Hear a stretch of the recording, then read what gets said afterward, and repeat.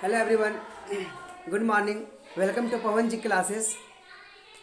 जिस प्रकार आपको मैं बताता हूँ कि मैथ एक गेम की तरह लो और इंजॉय से पढ़ो, इंटरटेनमेंट लेके पढ़ो, लेवल को पार करते जा।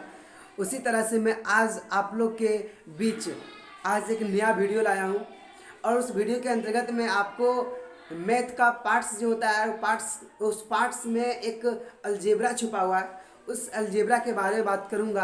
आप जानते हैं कि पेड़ एक ही होता है लेकिन उसका डालियाँ बिखरा हुआ रहता है, उसी प्रकार मैथ एक ही होता है लेकिन उसका उसका हर पार्ट से बटा होता है। अगर आज का इस वीडियो के अंतर्गत अगर हम बात करेंगे तो आपको इसी प्रकार का ज्ञान आएगा आपके हित में, आपके दिमाग में।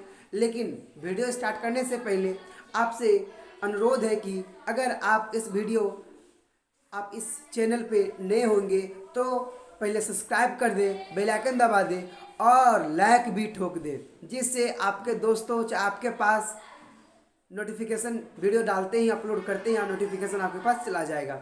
तो हम लोग बात करते हैं आज मैथ के बारे में, जिसमें हम देखेंगे उसका पार्ट्स अलजेब्रा है। अगर बात किया जाए कि मैथ होता एक ही है, मैथ का इसमें 3 पार्ट्स के रूप में बटा हुआ है मैथ। पहला क्या है?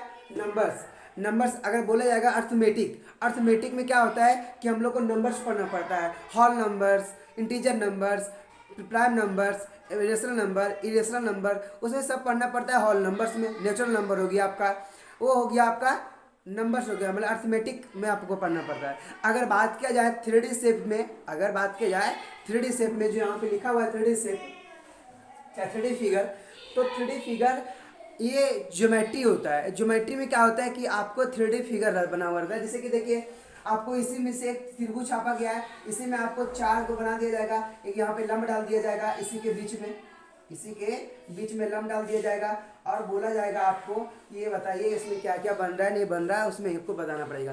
तो ये 3D स्ट्रक्चर होता है, ठीक है। और ये 3D स्ट्रक्चर आपको समझने के लिए पहले आपको इसका ध्यान देना होगा, तब बनेगा। लेकिन हम लोग को आज 3D के बारे में नहीं पढ़ना है, चाहे अर्थमेटिक के रूप में हमको नहीं पढ़ना है, हम लोग को आज पढ़ना है अलजेब्रा के बारे में।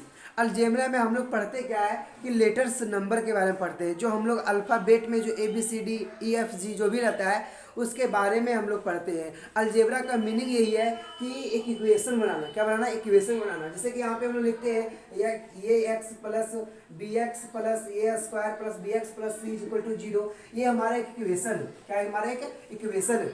और ये जो लेटर दिखाई दे रहा है ये x bx प्लस c, ये हमारा क्या है? ये अलजेब्रा में आता है। अलजेब्रा हम लोग पढ़ते हैं।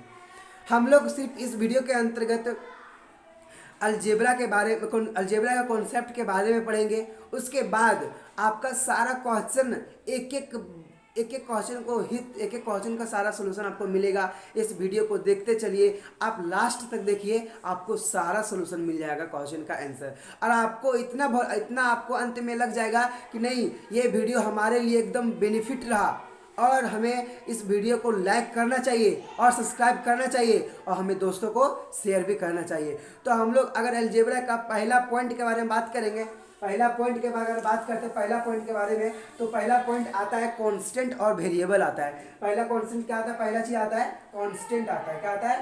कांस्टेंट आता है। और दूसरा चीज आता है वेरिएबल आता है। क्या आता है? वेरिएबल। पहला क्या बात हुई हम किए?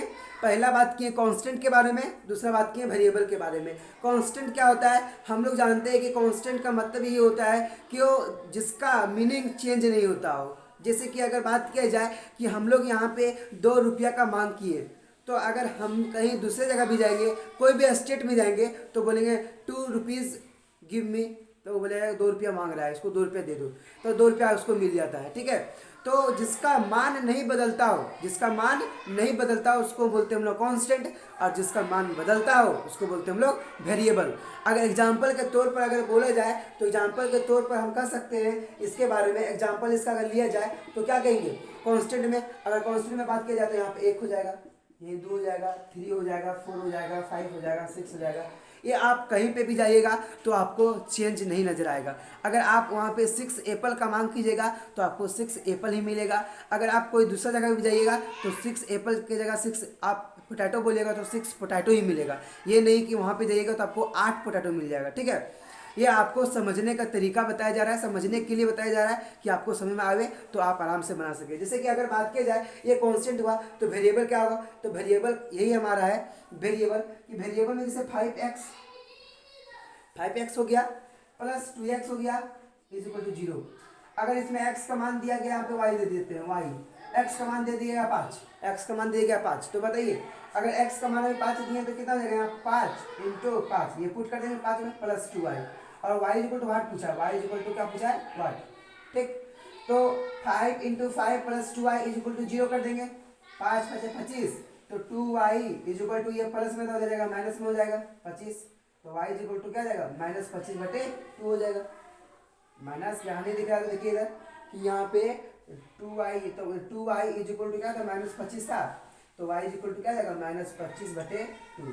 तो आप यहाँ बोल सकते हैं कि इसका मान तो आ गया, लेकिन अभी हम बोलेंगे कि x की जगह रखिए 4, अब y का मान बताइए, तो वहाँ पे वेरिएबल हो जाएगा। तो वेरिएबल चेंज, मतलब वेरिएबल कहने का मीनिंग क्या है कि हमेशा ये चेंज होते रहता है, जिस मेथड से बनाते हैं उस मेथड से चेंज होते रहता है। अगर बात किया जाए कि वेरिएबल का कहने का मीनिंग मेरा यही है कि वेरिएबल में जो मान आपका हित होता है कि अगर आप हम 2 रखेंगे तो मान दूसरा आएगा, अगर हम 4 रखेंगे तो दूसरा मान आएगा, अगर 5 रखेंगे दूसरा मान आएगा, अगर 6 रखेंगे तो दूसरा मान आएगा। इसी प्रकार ये वेरिएबल चेंज करते रहता है, इस कारण से इसको वेरिएबल में रखा गया है। और कांस्टेंट का बात करेंगे तो कांस्टेंट में क्या होता है, सिर्फ जितना मान दिया गया उतना ही मान रहता है। हम लोग एक चीज़ कांस्टेंट के बारे में पता कर लिए, दूसरा क्या हुआ, वेरिएबल के बारे में पता कर लिए। ठीक है, कांस्टेंट में क्या होता है कि कांस्टेंट में हमेशा एकदम परफेक्ट जो दिया गया वही रहेगा, और वेरिएबल में क्या होगा, चेंज होगा।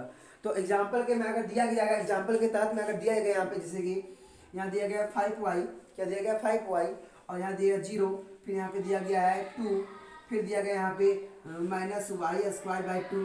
ठीक है, ये दिया गया है। अगर तो हम लोग क्या बोलेंगे, इसमें बोलेगा कांस्टेंट कौन कौन है, तो कांस्टेंट मेरा 0 हो जाएगा और 2 हो जाएगा। क्या क्या होगा, 0 और 2। अगर वेरिएबल का बात किया जाएगा तो वेरिएबल मेरा मेरा 5y और ये मेरा -y² हो जाएगा, मेरा वेरिएबल होगा। तो अगर मुझे आशा है कि आप कांस्टेंट और वेरिएबल आपको समझ में आ गया होगा। इसी तरह मैं क्वेश्चन को भी डील करूंगा, क्वेश्चन में आपको पूरा तरह से पूरा क्लियर आ जाएगा कि कांस्टेंट और वेरिएबल में क्या अंतर होता है। सो ये आपको जब समझ में आ गया होगा तो मैं दूसरा टॉपिक उठाना चाहता हूँ आपके सामने। क्या इसके सामने उठाऊंगा, सो मैं आपको बताता हूँ। हम लोग अलजेब्रा में देखते हैं बहुत सारा एक्सप्रेशन के बारे में, अलजेब्रिक एक्सप्रेशन के बारे में देखते हैं। अलजेब्रिक एक्सप्रेशन में कहता क्या है कि उसका मीनिंग क्या होता है, तो अलजेब्रिक एक्सप्रेशन में कहता है ये कि वो शो कराता है, वो दिखाता है कि हम प्लस में, माइनस में और गुना में और फिर भागा में, ये 4 चीज़ को शो कराता है। कौन कराता है, अलजेब्रिक एक्सप्रेशन। अलजेब्रिक क्या कराता है, एक्सप्रेशन।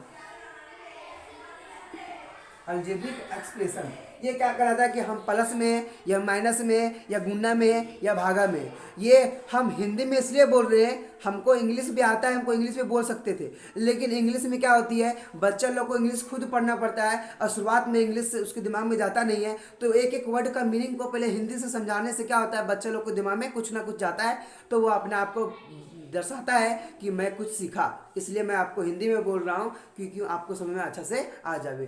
तो अगर अलजेब्रिक एक्सप्रेशन के बारे में बात करें, अगर बोलता है कि find the term of algebraic expression, question अगर दिया रहता है आपके पास ये वाला 5x प्लस यहाँ पे दिया गया है कि 2y - 3cd, ठीक है 3cd इस तरह दिया गया आपको। तो अगर यहाँ बोला जाएगा कि आपको find the term of algebraic expression के बारे में बात किया जाए, अगर पूछा गया है तो आप लोग क्या बोलिएगा कि एक मेरे यहाँ पे क्या है, मेरे यहाँ 5x प्लस में कोमा देंगे, फिर यहाँ पे क्या है प्लस 2y है कोमा देंगे, और यहाँ मेरा -3cd है ये कोमा देंगे।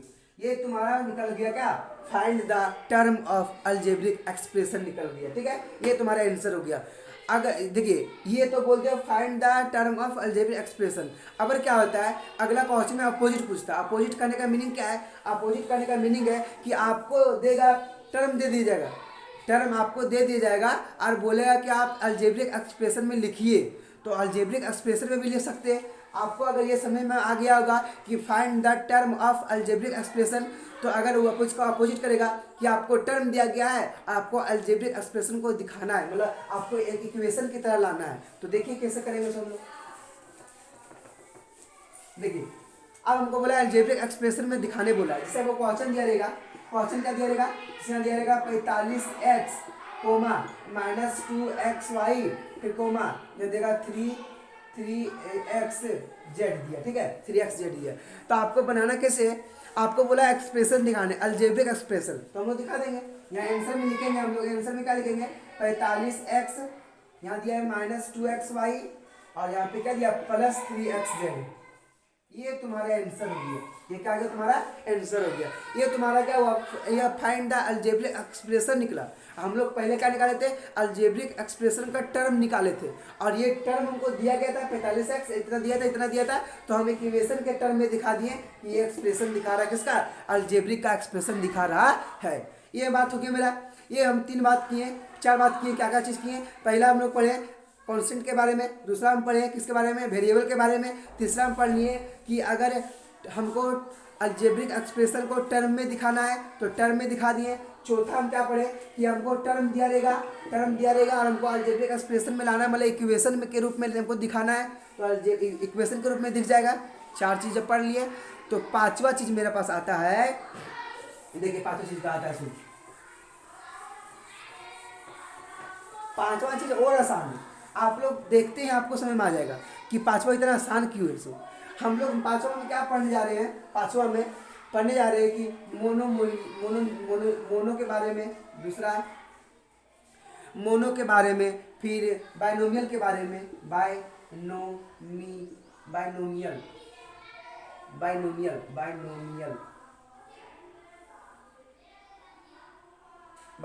ठीक है, बाइनोमियल के बारे में पढ़ रहे हैं, मोनोमियल के बारे में पढ़ेंगे हम लोग, ठीक है, और तीसरा पढ़ेंगे हम लोग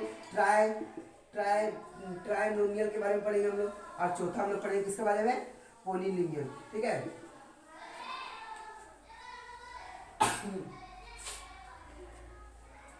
हम लोग 4 चीज़ के बारे में पढ़ेंगे, क्या क्या चीज़ के बारे में, मोनोमियल के बारे में, बाइनोमियल के बारे में, ट्राइनोमियल के बारे में और पॉलिनोमियल के बारे में। ये हमें ये बताता है, 4 चीज़ जो है सो हमें ये बताता है। अगर बात किया जाए मोनोमियल के बारे में बात किया जाए तो मोनो मतलब एक, मोनो मतलब क्या होता है, एक, मोनो का मतलब एक होता है, ठीक है।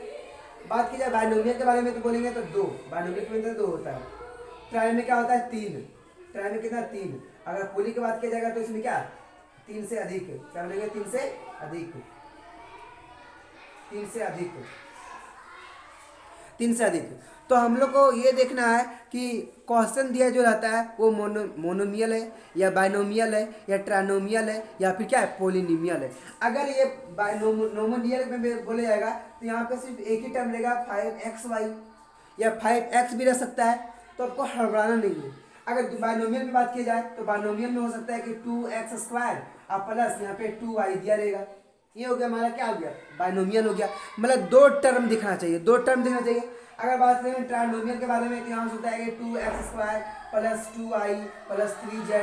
तो यहाँ पे क्या दिख रहा है मेरा, यहाँ पे 3 दिख रहा है, 3 टर्म दिख रहा है, 1 टर्म 2 टर्म 3 टर्म, तो हम लोग क्या बोलेंगे, ट्राइनोमियल बोलेंगे। अगर पॉलिनोमियल की बात करेंगे तो पॉलिनोमियल का मतलब ये होता है, पॉलिनोमियल का मतलब कि वहाँ पे 3 से अधिक टर्म होगा। मतलब क्या होगा यहाँ पे कि 2x² + y² + z² + yz, यहाँ पे आप 4yz, मतलब 3 से अधिक हो उसको हम लोग बोलते हैं पॉलिनोमियल। आपका क्वेश्चन भी सेम टू सेम इसी तरह दिया रहता है, आपको सिर्फ बताना रहता है कि कौन है मोनोमियल, कौन है बाइनोमियल, कौन है ट्राइमोनियम, कौन है पॉलिनोमियल, ठीक है। तो आपको इसी तरह बताना है, इसी तरह क्वेश्चन को बनाना है, रीड करना है। अगर हम लोग बात करेंगे अगर आपको इस समय हम बताएं क्या आपको, मोनो मतलब क्या होता है, एक, मोनो का मतलब एक, बाइनोमियल का मतलब 2, ट्राई मतलब 3 और क्या बोलते हैं पॉलिनोमियल मतलब 4, मतलब 3 से अधिक। तो हम एग्जांपल के तहत दिखा दिए, 5xy 1 टर्म का है, 2 टर्म का तो बाइनोमियल, 3 टर्म का रहेगा तो ट्राइनोमियल और 4 टर्म का रहेगा तो पॉलिनोमियल, मतलब 3 से अधिक रहेगा तो पॉलिनोमियल, ठीक है। आपको इतना समझ में आ गया होगा तो आप लाइक जरूर दबाइएगा। मुझे आशा है कि आपको बहुत अच्छे समझ में आता होगा, आसान मेथड से आता होगा, ठीक है दोस्तों। मैं आप लोग के लिए बहुत मेहनत करता हूँ दोस्तों, ऐसा बात नहीं कि नहीं करता हूँ, सो करता हूँ और ख़ुद का भी मेहनत करता हूँ। हमको भी अपना मंजिल को छूना है। हम चाहते हैं कि आप लोग के बीच जितना भी बात रखते हैं वो आप लोग पूरा क्लियरली समझ में आ जाए। क्वेश्चन भी बनाऊंगा दोस्तों, ऐसा मत सोचिए कि क्वेश्चन नहीं बनाऊंगा। सिर्फ क्वेश्चन बना के आपको दे दूंगा। सिर्फ मुझे आशा ये रहता है कि आपको समझ में आ जाए। मेरा कहना और मेरा बताना, मेरा मस्तिष्क में यही रहता है कि जो मैं बताया वो बच्चों के दिमाग में चली जाए। इसलिए मैं आपके हित में काम करता हूँ। थैंक यू दोस्तों। इसी तरह आप काम करते रहिए, मुझे बहुत खुशी होगी। अगर आपको अच्छा लगा वीडियो, अगर समझ में कुछ आया होगा, कमेंट में जरूर बताइएगा। कमेंट में जब मुझे मिलता है कि बहुत वेरी नाइस या फिर बहुत अच्छा से बताए भैया, मुझे बहुत खुशी होती है और लगता है कि दूसरे के लिए कुछ और नया चीज़ बताए। इसलिए मैं आपको बताना चाहता हूँ दोस्तों। तो देखिए, जब हम लोग बात कर लिए बायनोमियल के बारे में, बायनोमियल के बारे में, ट्राइनोमियल के बारे में और पॉलिनोमियल के बारे में, तो हम लोग आज चर्चा करेंगे किसके बारे में? आज हम लोग चर्चा करेंगे, ये आपका कॉन्सेप्ट बताया जा रहा है। कॉन्सेप्ट बताया जा रहा है इसलिए ताकि आप आराम से सीख सके कॉन्सेप्ट को पहले, उसके बाद आप फिर क्या करें, क्वेश्चन को बनाने के लिए, आप सॉल्व करने के लिए निकले। तो हम लोग पढ़ेंगे आज नोमिनियल, क्या होता है? नोमिनियल कोफिशिएंट के बारे में बात करेंगे, कोफिशिएंट के बारे में। और होता है लेटरियल कोफिशिएंट के बारे में बात करेंगे। नोमिनियल का मतलब ये होता है कि नंबर, और लेटरियल का मतलब होता है कि लेटर में, मतलब अगर ये नंबर में रहा, तो इसको बोलेंगे नोमिनियल। और लेटरियल में जैसे कि जो भी लेटरियल में रहा, जैसे कि अल्फाबेट में ABCD, उसको बोलेंगे हम लेटरियल।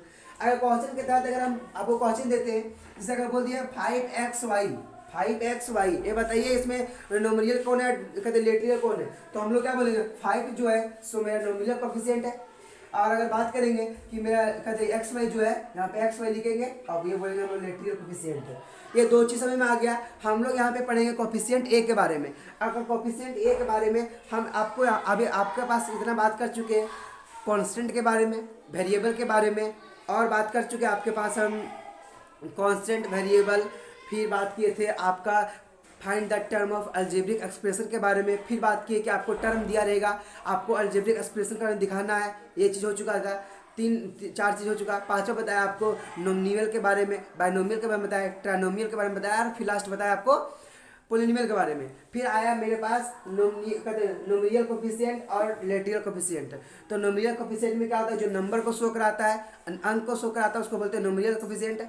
और लेटरियल का मतलब होता है जो लेटर को शो करता है, उसको हम लोग बोलते हैं लेटरियल। एग्जांपल के तौर पर ये 5xy, आप दूसरा भी ले सकते हैं। अगर यहाँ पे 7x² बटे x² यहाँ दिया गया है, ठीक है, चाहे 7/2 x² दिया गया, तो आपको बोलेगा कि नोमिनियल कोफिशिएंट कौन है, तो 7/2 हो गया, लिख दिएगा 7/2।